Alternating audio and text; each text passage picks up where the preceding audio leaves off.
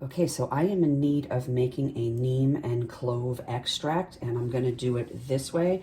There's a couple of different ways to do it. This is the fastest way for me today anyhow. Normally you would take your herbs, macerate it, moisten it to release all those constituents within the cell walls of the plant matter, and then you would go ahead and do your herbal extraction, whether it be with oil, glycerin. If you're doing a tincture, it would be with alcohol. You can also use wine, vinegar, honey if you're making an extract. Just to be clear, a tincture is always an extract, but an extract is not always a tincture. And that's because extracts are made with a variety of different solvents, whereas tinctures are only made with alcohol. I know that sounds confusing, but that's the deal. So what we're going to do to make an extract is you're going to have 1 part of plant matter to 5 parts of your solvent. Now this is not our solvent. I just have water in here right now because I'm going to be doing this extract a different way. So I do have my neem leaves and my cloves, my whole cloves, and I'm just going to macerate them.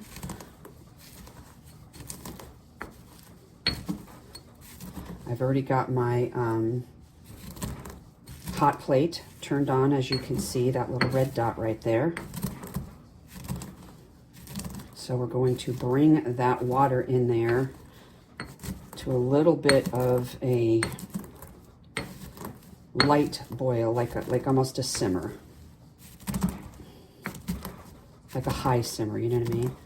And we're going to add these herbs in it, and we're going to let that sit there until most of the water is evaporated. I will keep checking on it, and when I see the amount of water that is left, which is basically a tea at that point, we're going to go ahead and strain that out.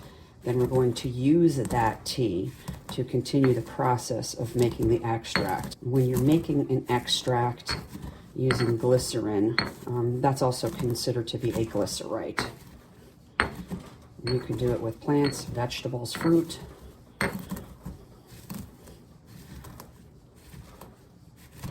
Make sure that's on high.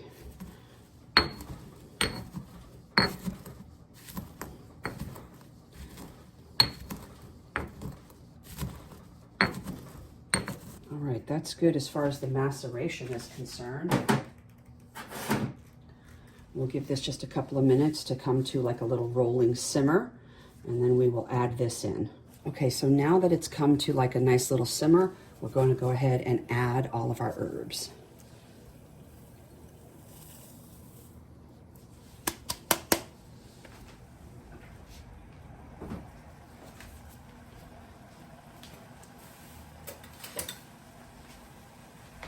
Give this a good little stir.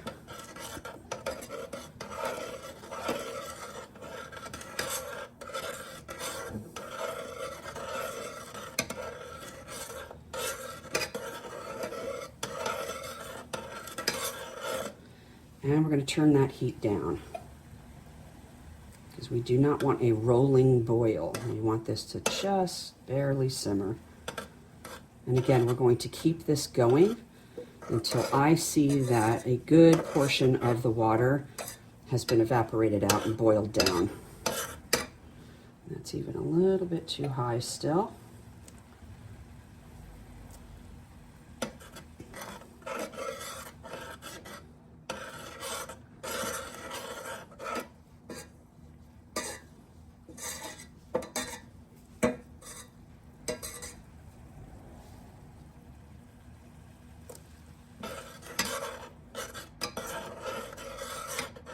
Smells fantastic.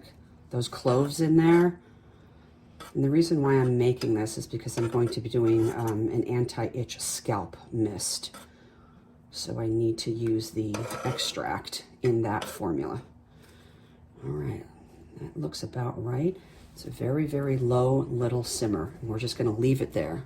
I'll bring you guys back for the next step. A few moments later. Okay, you guys, we are back, and I have pretty much, there's not a whole lot of liquid left in here, as you can see, And so that is about what I want it to be, like really hardly any liquid whatsoever. So we're going to go ahead and strain this off now. So let's put that there. We'll move this out of the way. All right, I've already got my little beaker with my strainer, and then I'm going to put some cheesecloth on the top as well. And we're just going to go ahead and start straining this.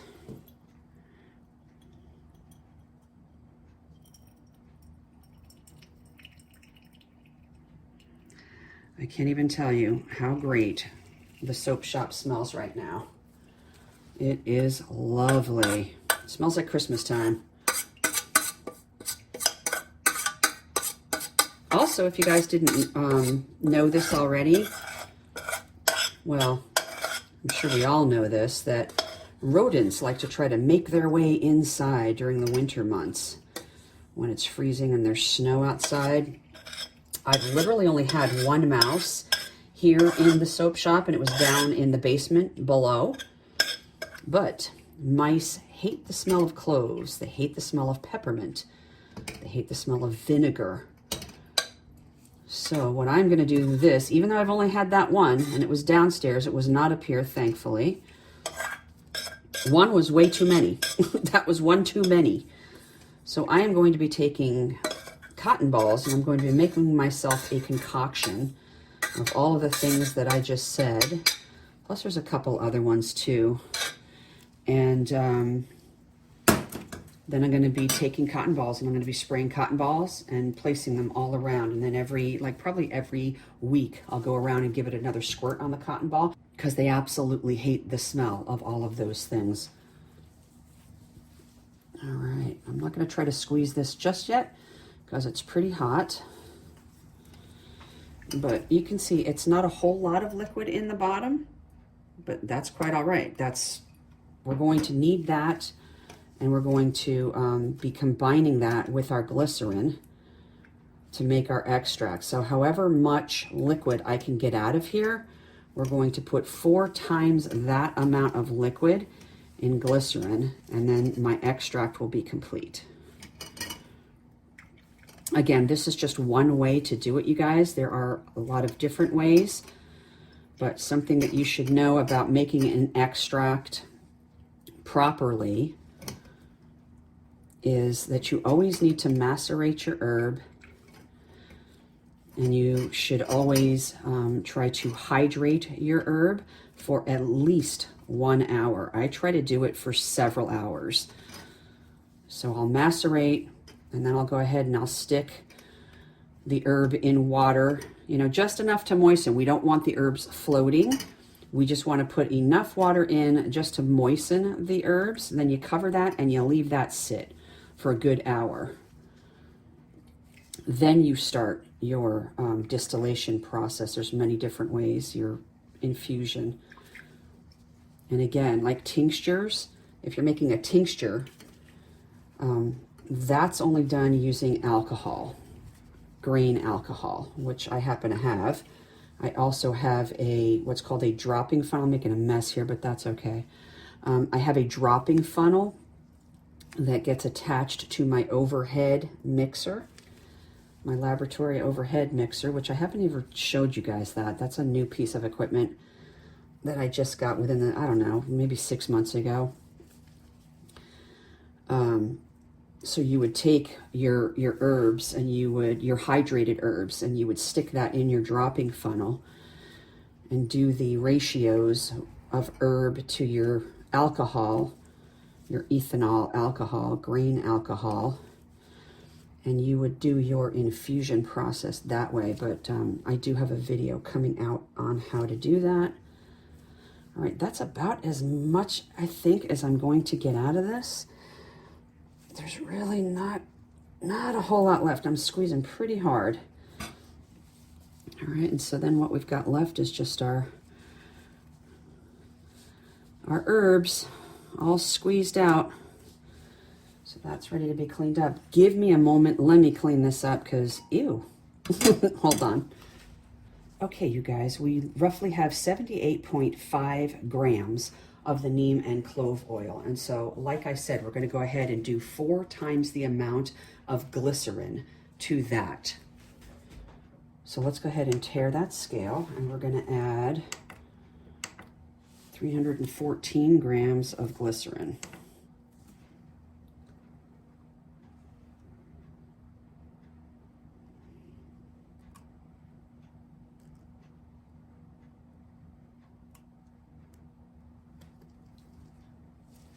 Awesome.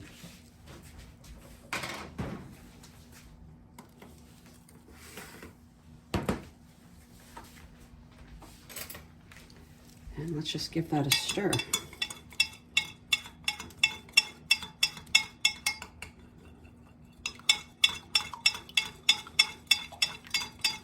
You know me, I like my 2-minute rule, so I'm going to stir this for 2 minutes. A few minutes later. Okay, and once we have stirred to our liking, we can go ahead and put this in our bottle.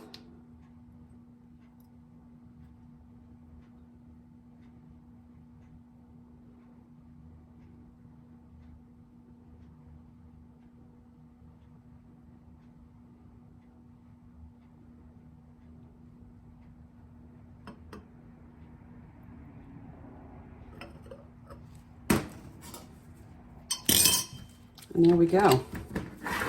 I've already went ahead and labeled and dated this, but now we've got some beautiful, roughly about 10 ounces worth of neem and clove extract, or glycerite, however you would like to say it.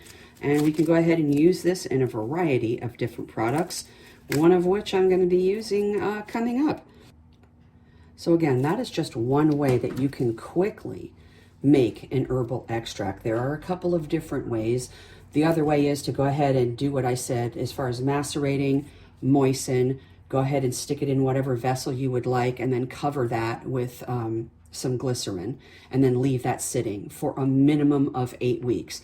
I like to do it like between 8 to 12 weeks. I've done it longer than that. It doesn't matter. It doesn't hurt it. But that's the long way of doing things. If you guys want a quicker way of doing things, this is how you do it, exactly like I just showed you. And you have a beautiful extract to use in many kinds of different products. Okay, that is going to do it for today's video though, you guys. Hope you enjoyed it. Hope you learned something. I love working with herbs and extracts and tinctures and all of those things, because the power of plants is a beautiful thing. Anyways, till we meet again on the next video, be kind and stay humble and take care of yourselves. We will see you soon.